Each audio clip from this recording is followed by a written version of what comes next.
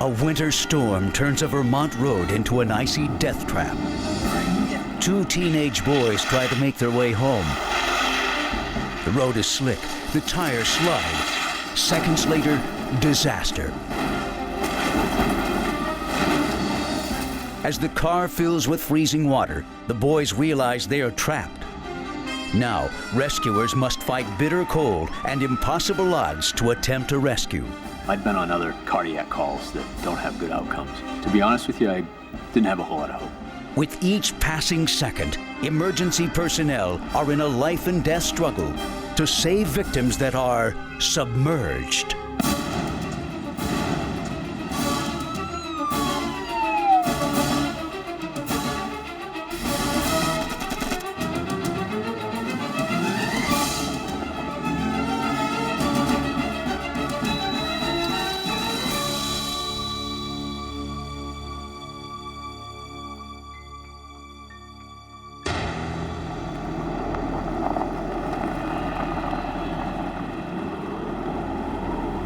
It was November 22nd, 1999, a few days before Thanksgiving. An early snowstorm blanketed Newfane, Vermont. The National Weather Service had issued a travel advisory for the area.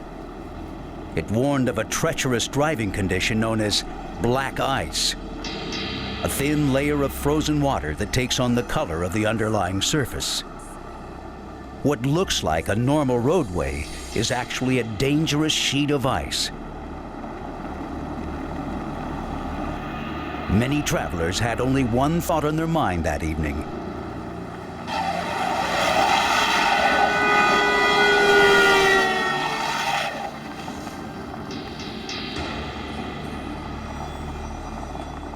Get home.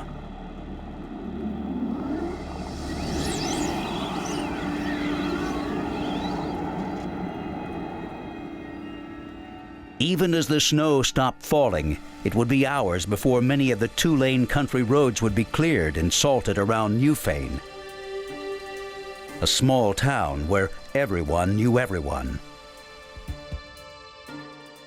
George Place and his classmate Caleb Record left basketball practice at the high school around 7 p.m. Caleb was a starter on the varsity team and ranked 8th in his class. He and George had been friends for 2 years. The weather had turned cold, and the boys weren't wearing coats. They only lived 7 miles away.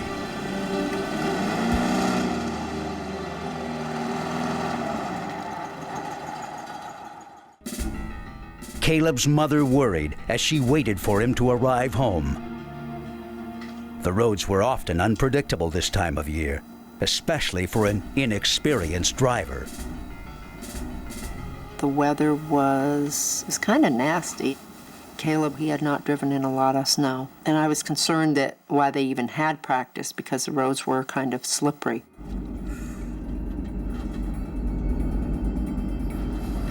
Caleb took Route 30 and then turned onto the river road to take George home. It was a windy, one-lane dirt road. The conditions on the river road were much worse than Route 30. And there were a series of sharp, dangerous curves. All right. Yeah, I can't see anything. That's all right. All right. Yeah, calm down. Caleb quickly discovered that the car was not responding like it normally did.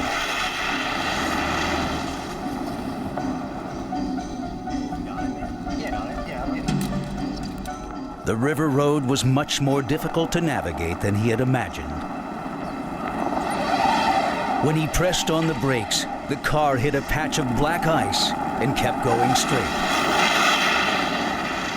The car would not stop. The terrified boys braced themselves as they hit a snowbank.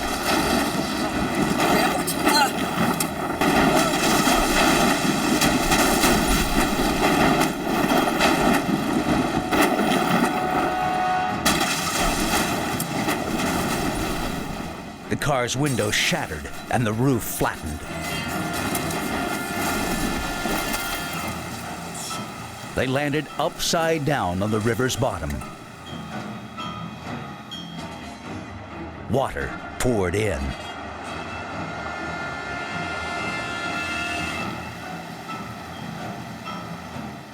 The panicked boys were trapped, submerged in near freezing water.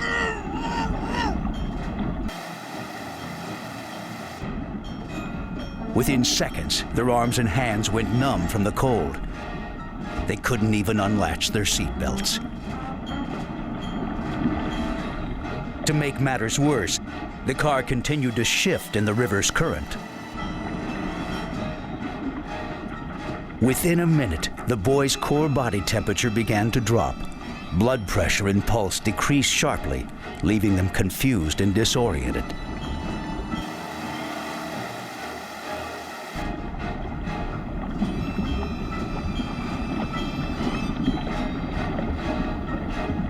Finally, George managed to unlatch his seatbelt. Caleb was still trapped. They had been under freezing water, holding their breath for almost 2 minutes.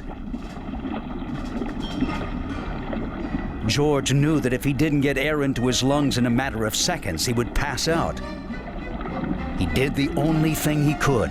He clawed his way out of the car.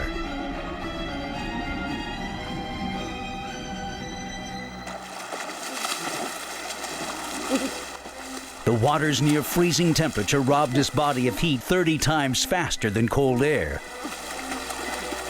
He swam ashore, ignoring the excruciating pain shooting through his legs and arms. Hypothermic shock was setting in. His reflexes were failing.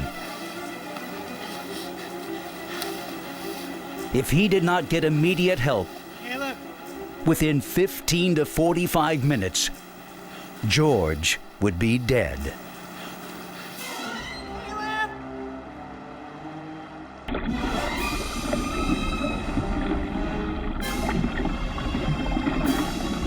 Still, he found the strength to call for his friend. But Caleb was still trapped in the car.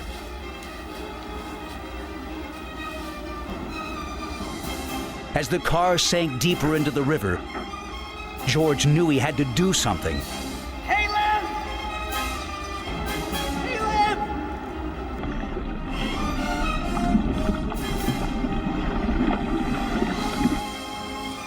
Caleb! If he went back into the river, he would certainly die. He had to get help for Caleb and himself if they were to survive.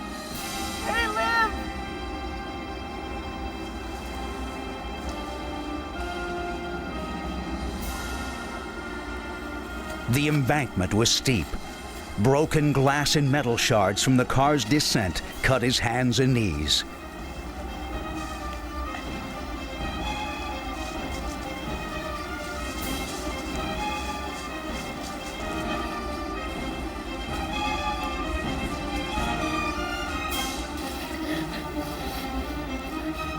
Confused and frightened, he stopped to see if his friend had gotten free. There was no sign of Caleb. George's body temperature continued to drop. Exposed to the elements, wearing the soaked t-shirt and shorts from basketball practice, he was shaking uncontrollably.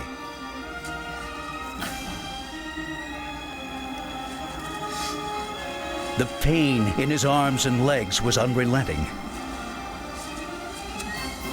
But he knew he had to go on.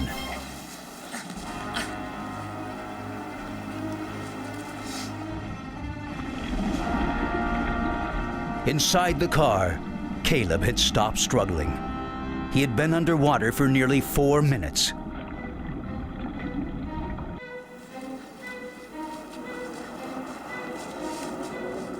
When George reached the top of the embankment, he knew there would be little chance anyone would drive down the river road in time to help Caleb. He made his way to Route 30. His limbs were so cold he could barely move.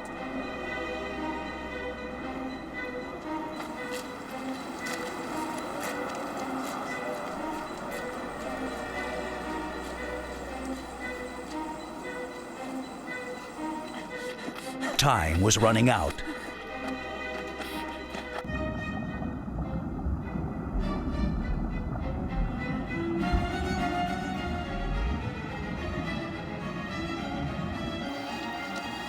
George finally reached Route 30, but there were no cars on the road. Then, in the distance, headlights appeared.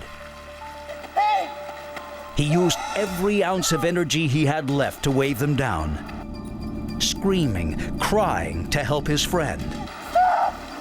The first car didn't stop. George stood in the middle of the road and waved frantically. The second car stopped. Hillary Chamberlain saw that the boy was in serious trouble. He was soaking wet and shivering so violently he could barely speak.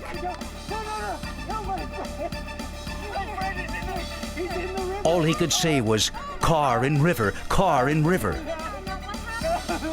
What happened? I don't know. What? Over, and you just gotta go. He's in the river. It's okay. Rodney Chase and Jerry Paradis were in the first car.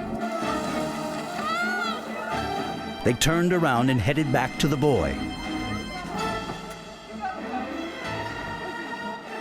Rodney couldn't understand what George was trying to say. He kept saying there was a car in the river, but the river is 300 or 400 yards from Route 30. Finally, I kind of yelled at him and I said, you know, you got to tell me where the river is, what the problem is. And then he said, well, that we had to go down the side road. George finally told them that he had managed to escape. But Caleb was still in the car, submerged under the water.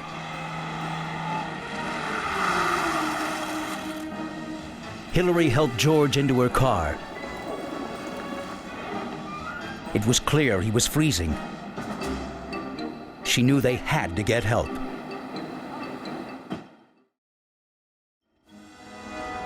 Jerry and Rodney started down the dirt road.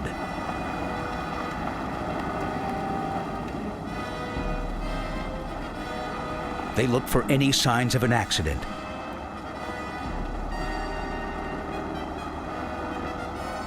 As they came to a sharp bend in the road, they saw tire tracks that led down the embankment to the river.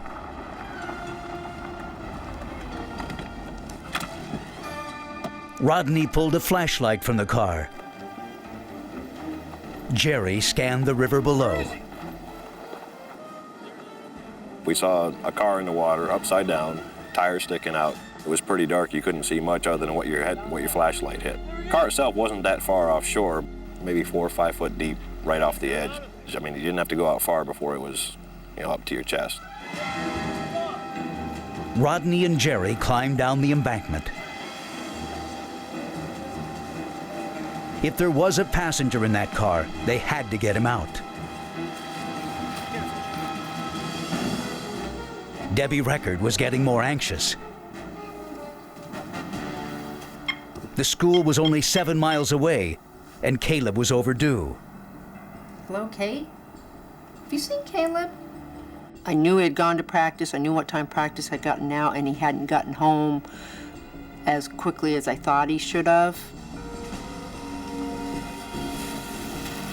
As Hillary raced to the sheriff's office, George slipped into shock.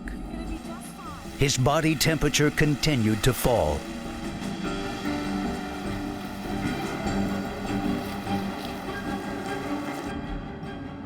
Caleb had been submerged nearly 15 minutes.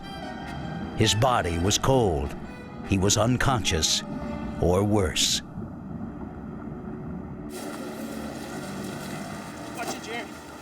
I was pretty scared because I knew it was a steep bank, and I wasn't sure what we'd see once we got to the edge of the bank. I wasn't sure I wanted to see what we were going to see, but I knew it wasn't going to be good.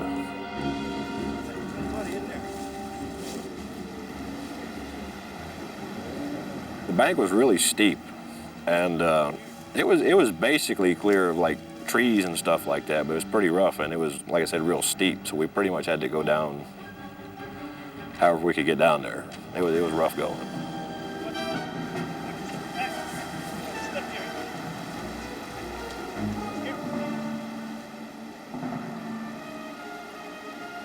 So I get down there, I'm like, are we gonna risk our lives to go in this ice cold water and there's not anybody in the car? Was he actually by himself?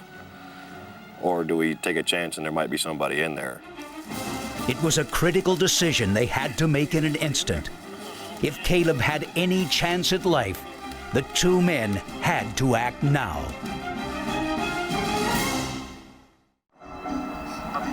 It was November 22nd in Newfane, Vermont. Caleb Record and his friend George Place had just left basketball practice and taken a back road home. On an icy road, Caleb lost control of the car. It tumbled over a 100-foot embankment and landed upside down in the icy river.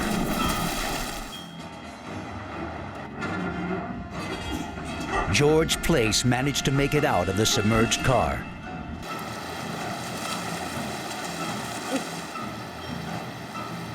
He struggled up the embankment and went to get help. He flagged down Rodney Chase and Jerry Paradis. The two men now had to decide whether to plunge into the icy water themselves. I wasn't so much scared about him going in the water. I was more scared whether or not he was going to find somebody in the car or not. I really didn't want him to find anybody in the car. I was hoping it was empty. Rodney plunged into the freezing water. The worst part was actually getting in the water. That's why I think if I'd been alone, I might not have done it. The water temperature was so cold, it took his breath away. Rodney began to wonder if he had made a mistake. When I first got in the water, it was very shocking. It had been quite cold that day, and the water was real cold. I had second thoughts about going in the water because I thought if I got in too deep that I was going to become a victim instead of a rescuer. Hillary Chamberlain turned up the heat as far as it would go. She was concerned that George would succumb to hypothermia. He was shaking uncontrollably. The roads were slick, but she drove as fast as she could. Rodney finally reached the car and tried to open the door underwater. It wouldn't open. The door was locked. The door won't open. We were communicating back and forth. I was asking him, what do you got? I mean, can you find anything? Is there anybody there? Rodney reached through a broken window and unlocked the door. But now it was stuck on the river bottom. Using all his strength, Rodney pulled it free. He reached into the car and felt a cold human hand. Someone was trapped inside. Rodney tried pulling, but the body wouldn't budge. He said, I think I've got something. And I'm up on the bank. I'm like, no way. No, you don't have nothing. Please tell me you're wrong. When I did find somebody, I believe he was wedged between the seat and the door.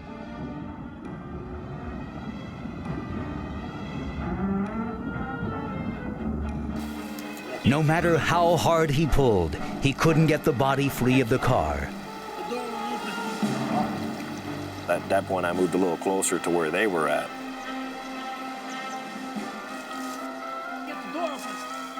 And I looked down with the flashlight, and sure enough, I saw a belt and jeans, and I knew he had somebody. Somebody's in here. They're stuck. Yes. I I actually thought I was going to have to stick my head under the water to try to find somebody, which I didn't want to do because I was afraid I'd get trapped in the car. Hillary finally made it to the sheriff's department with George Place, who was suffering from hypothermia.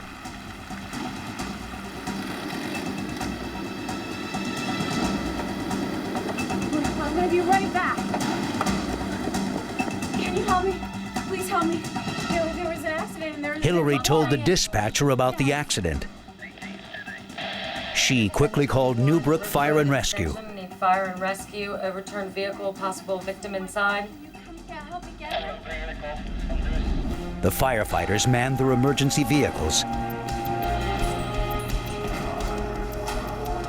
Within 2 minutes, they were on their way to the scene.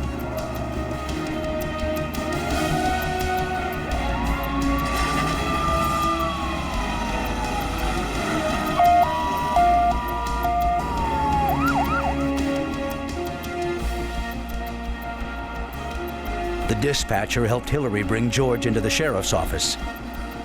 The teenager was pale and delirious.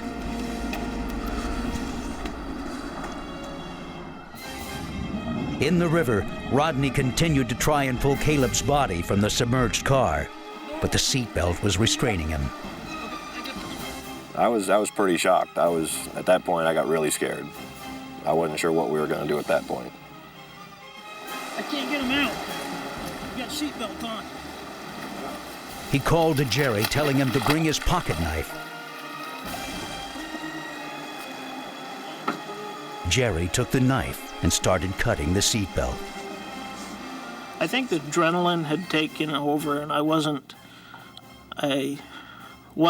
afraid for myself or because there was a dead person in this car. George could hardly move. I'm gonna go get him some blankets. It's so cold. All right, you're okay. Hillary rushed to cover him with blankets. I didn't know what to do. I'm gonna get him an ambulance. The dispatcher called for an ambulance. Rescue unit immediately. The ER staff at Brattleboro Memorial Hospital had heard over their police scanner that a car was upside down in the West River with a body trapped inside. They immediately sent the hospital's rescue squad to pick up George at the sheriff's office.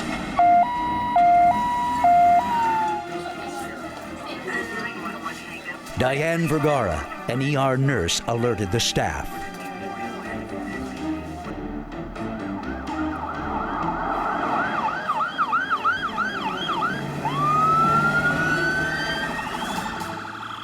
The fact that it was a snowy or a wintry night, we were just more attentive knowing that it was a car into the water, so we just were waiting.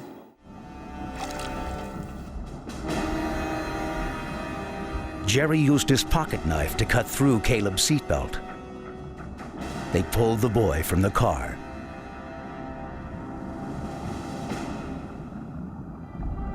It's hard to even move, let alone, try to carry a person out. So, I'd only been in the water just a couple of minutes, and I had a hard time getting back up on the rock. Together, they carried him to the riverbank. And I would have had a hard time getting him back up on shore by myself, but my cousin kind of grabbed my hand and he pulled me and I pulled this body out of the car. Caleb was not breathing. He appeared dead. My first impression that we just pulled a dead guy out of the water. He was blue, cold, lifeless, kind of stiff. It wasn't pretty.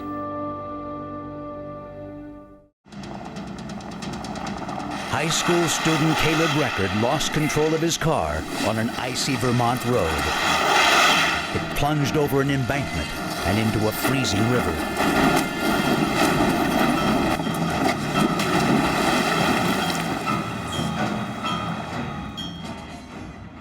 George Place, sitting in the passenger seat, managed to get free.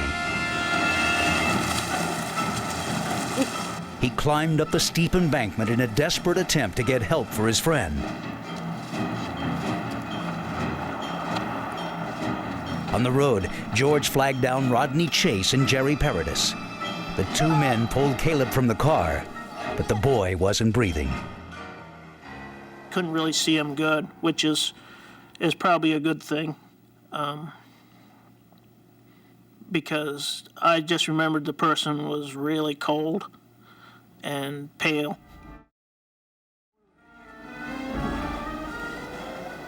Jerry knew CPR and immediately began chest compressions. 1, 2, 3, 4, 5. He just started doing chest compressions, and I figured, well, if he's going to do chest compressions, somebody's got to do rescue breathing. So I used a CPR kit and started doing rescue breathing. Caleb barely responded. When I was doing the rescue breathing, I could hear rattling sound as I was giving him breaths. And the breaths that was coming back out, I'll never forget, there was a really bad smell to it. I heard later that the rattling sound was probably acorns that had gotten into his lungs from the water. Despite Caleb's limited response, the two men continued administering CPR. When it comes to doing the CPR on the guy, too, I mean, there's always a chance, especially with the water that cold, something could happen, you know. At the sheriff's office, George Place was loaded into an ambulance. His body temperature had plunged to 94.5. I just wanted to be warm again, and I couldn't. And I didn't know what was going to happen. I didn't know anything at that point. Debbie Record was frantic. She couldn't find her son. I was just trying to piece it all together. I was trying to, Caleb was a good driver. So I was just trying to think what could have happened. Did he hit a tree? The roads were bad. Have you seen him? Okay. Thank you. Just a lot of things were going through my mind. About 15 minutes after Jerry and Rodney pulled Caleb out of the water, the Newbrook Rescue Squad arrived at the scene.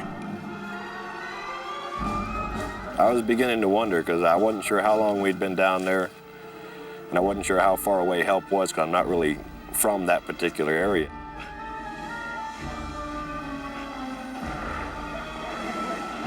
Firefighter Mike Fontaine took over for Jerry. He continued chest compressions on Caleb. I was pretty scared. I didn't know what we were going to do at that point. I mean, I figured I'd seen my first dead person. I don't like funerals, and I don't usually go to a lot of funerals, but he looked like any dead person I've ever seen. Fire and rescue trucks arrived. I was doing the CPR because that's what I was trained to do. I just thought that I was, doing CPR, going through the motions on a dead person.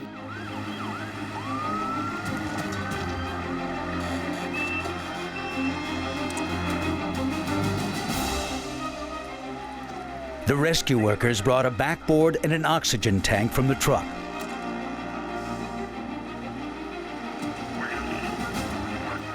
In order to evacuate Caleb, they would have to run ropes down the dangerous, icy slope. It's a steep bank, and we had to put several ropes down over and several people down over the bank and have like a chain line to bring them up over, and it was very tough. That's the way everybody came down, but it was incredible that nobody got injured going down over this bank where it was, because it was just straight down.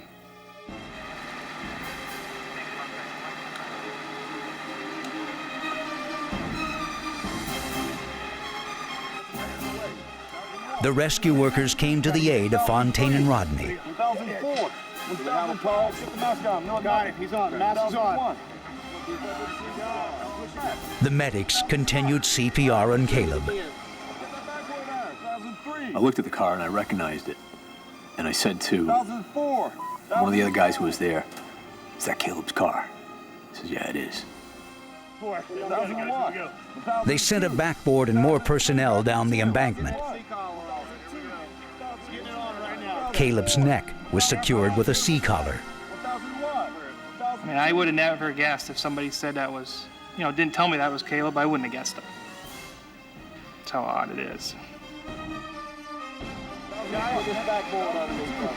2003. Stop CPR for a minute. Ready to roll. I got shoulder strap. Watch your strap. Okay, guys. Right on my count, guys. They quickly loaded Caleb on the backboard, secured him, and wrapped him in thermal blankets. Not till after I was standing back on the rocks there that I realized I was actually doing CPR on. Rescue workers tied themselves to ropes and helped move the backboard.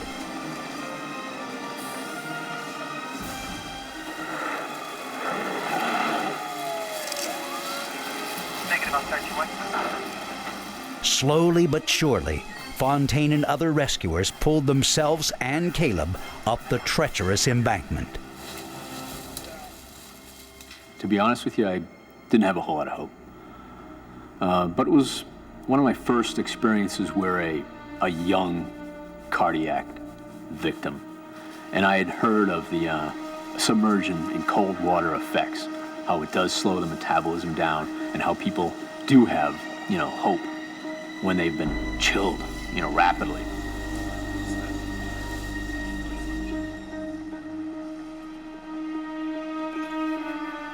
So the guys that were going up, one hand on the backboard and one hand on the rope to pull himself up through.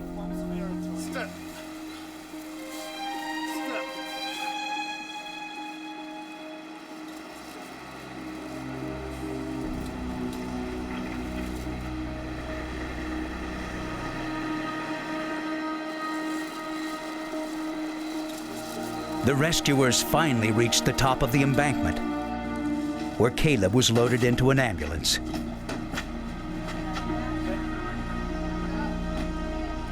Paramedic Elena Mayo assessed his condition. The questions that I asked, the things that I want to know: how long was he unconscious? Has he woken up at all? Did he ever have a pulse? Did he ever move? Was there any response to anything they've done so far? And the answers were all negative. He didn't have any movement, he didn't have any pulse, he didn't have any respirations. There was no reaction to anything they'd done. Paramedics did everything they could to revive Caleb. They intubated him so they could administer oxygen directly to his lungs. Knowing how long he was underwater and knowing the physiology behind it, you only have 4 to 6 minutes, 8 maybe, if you're lucky. He was under there 20 minutes, 30 minutes. Then he had to get brought out. Then he had to be brought up to the road. Then he had to be put in the ambulance. That's a lot of time. That's a lot of time. And I didn't have a whole lot of faith that he was going to be able to, even if he did survive, that he was going to be able to come back well. Caleb's body temperature was only 82.5. They had to somehow raise it. They continued to hyperventilate him and gave him a shot of epinephrine. Caleb still had no pulse. On an icy November night, 16-year-old Caleb Record lost control of his car and tumbled down a 100-foot embankment. It landed upside down in the river. 2 men pulled Caleb from the wreck. Now rescue workers were taking the boy to Brattleboro Hospital. No vital signs. Nothing. The defib tells you whether or not there's a shockable rhythm. If it says no shock, there's nothing there. And there was nothing there. So I just kept calling his name and telling him, come on, come back to us. Now, after several minutes of CPR, they had a slight heart rhythm. Now the defibrillator says shock indicated. Whoa, which is really cool. and then the machine starts to whistle, and it hum a higher and higher pitch as it's building up a charge, and then it says, push to shock. You reach over, push the button, and then it gives the jolt, and then Caleb's heart started again. And that was...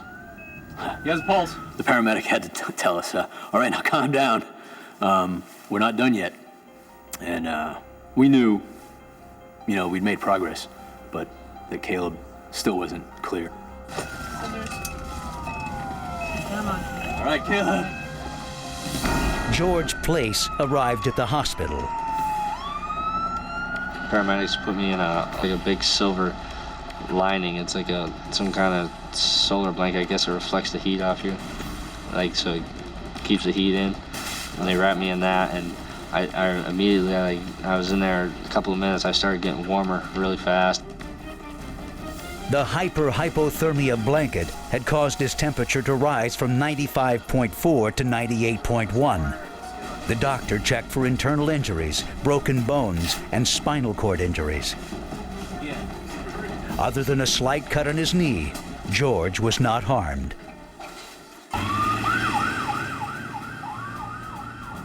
Then Caleb arrived at the hospital.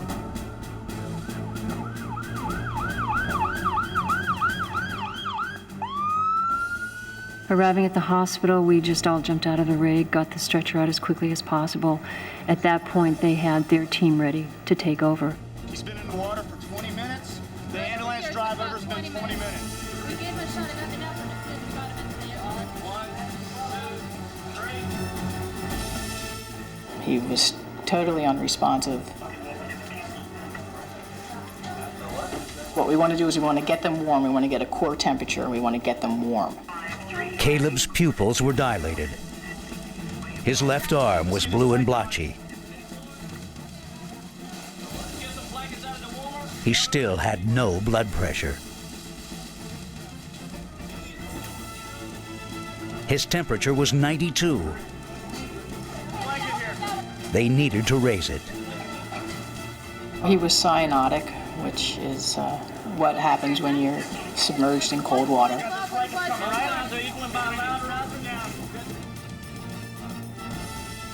A police officer arrived and asked George about the accident. Yeah, they're working on him right now. Okay. George tried to fill in the details, but he heard the commotion in the adjacent room and couldn't get his mind off of Caleb. I'm laying in this bed, and Caleb's in the next room, and for all I know, he's dying there, and I had no idea, and I felt helpless. I couldn't do anything.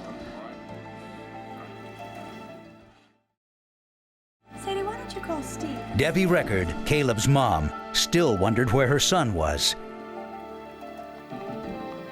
Debbie asked her daughter Sadie to call some of Caleb's friends to see if he had dropped by. Basketball practice yet, and She'd no sooner said this when a car pulled up in front of the house. It was firefighter Wayne Wynot.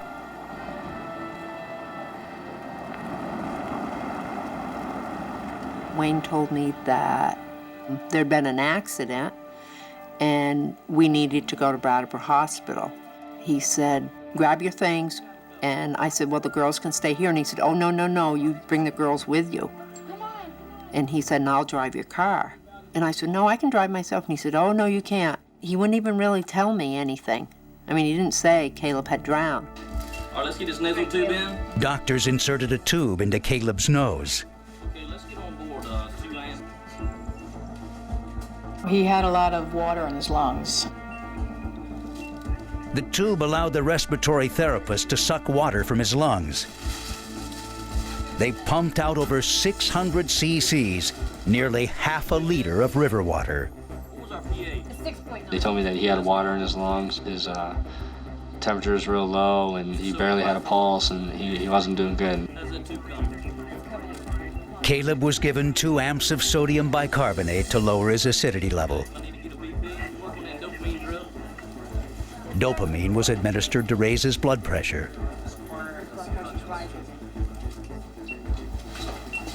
they finally got a slight reading.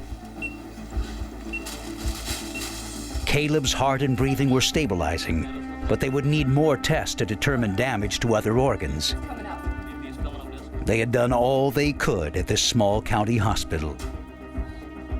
Even though he thought Caleb's condition was bleak, the doctor knew he would need more advanced facilities if he had any chance of a recovery. He called Dartmouth Medical Center. Once Caleb was fully stabilized, they would transfer him to the university's trauma department. I was thinking the worst. I was thinking that he was dead and laying in the next room to me.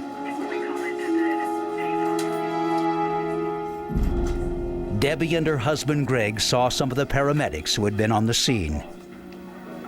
They told her about how the car had flipped off the road and into the river. I didn't really know at that point, but then people started coming to the hospital and coming in our room, and then I found out that he had drowned.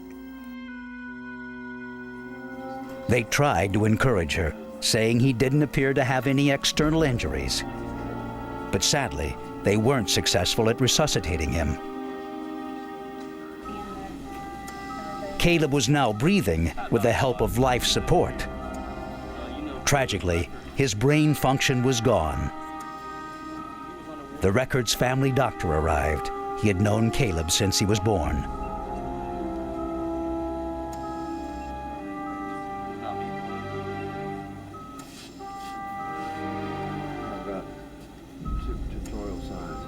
The two doctors realized they would have to share the terrible news about Caleb's condition with the boy's family.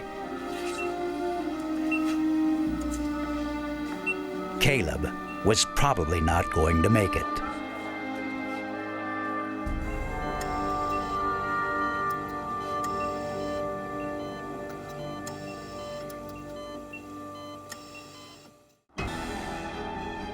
In Newfane, Vermont, Caleb Record and his friend George Place slid off an icy road and down an embankment.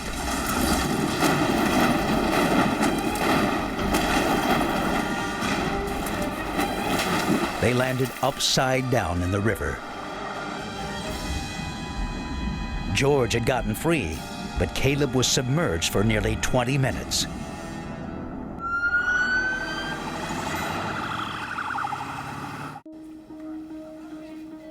Now the attending emergency physician and the Records family doctor had to tell them the terrible news.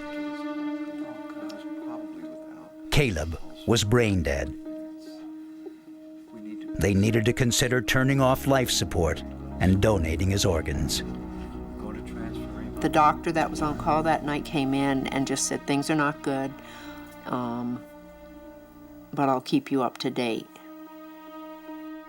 I think this would be a good time. They told Debbie and Greg that they could see their son. To come back and see you. And say what you need to say. He said there was, his pupils were dilated. They were getting no response. Definitely there was brain damage. And that we should go in and say our goodbyes. The Records couldn't believe what had happened to their son. Debbie tried to see if Caleb was still there.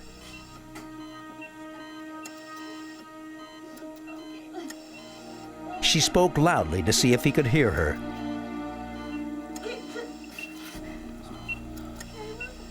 Did feel like it was the last time. The doctor came in 2 or 3 times and just, it wasn't good. You know, he kept saying, he's brain dead, he's brain dead.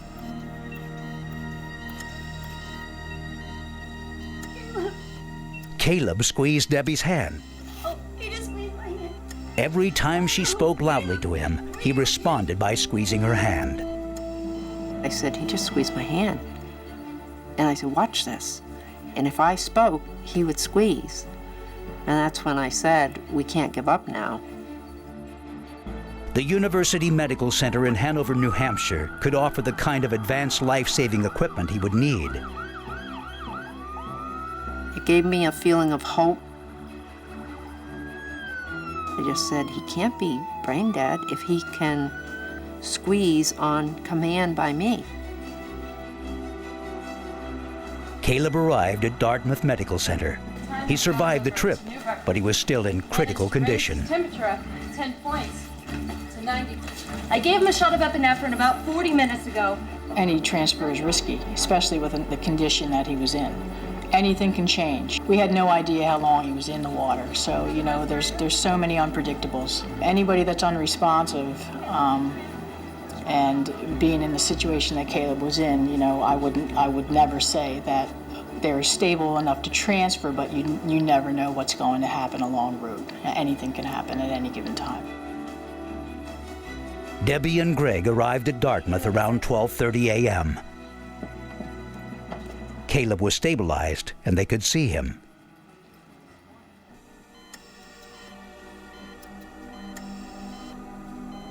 I don't know what I was thinking at that point. I was thinking that it was going to be bad. That whole night, of course, you can imagine there wasn't a lot of sleeping went on, but it was just pretty much, you know, a little crying, a lot of just holding each other and just trying to get through that night and see what the morning brought. Dr. Levin apprised the records of Caleb's condition. During recovery from that kind of injury, the brain swells. And because the brain is in an enclosed, rigid space, our skull, there's not much room for swelling. And the pressure itself then makes the brain start to crowd in on itself and can be damaging to the brain. All through the night, the doctor and his staff continued to monitor Caleb.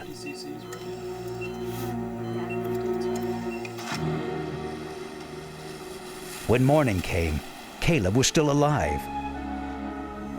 Slowly, he began to improve.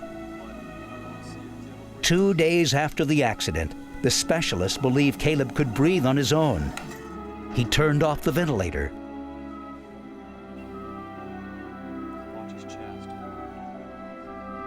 Caleb began to breathe. Well,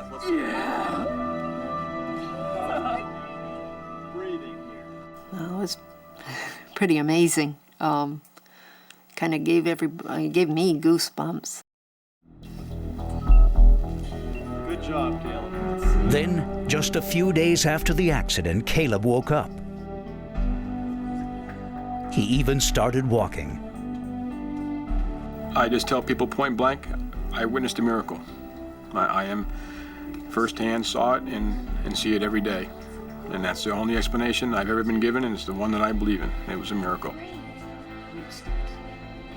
To think there he was only a few days ago, and now he can walk and talk, and I think I got deep down inside, I'm a pusher, and I wasn't going to give up on him at that point.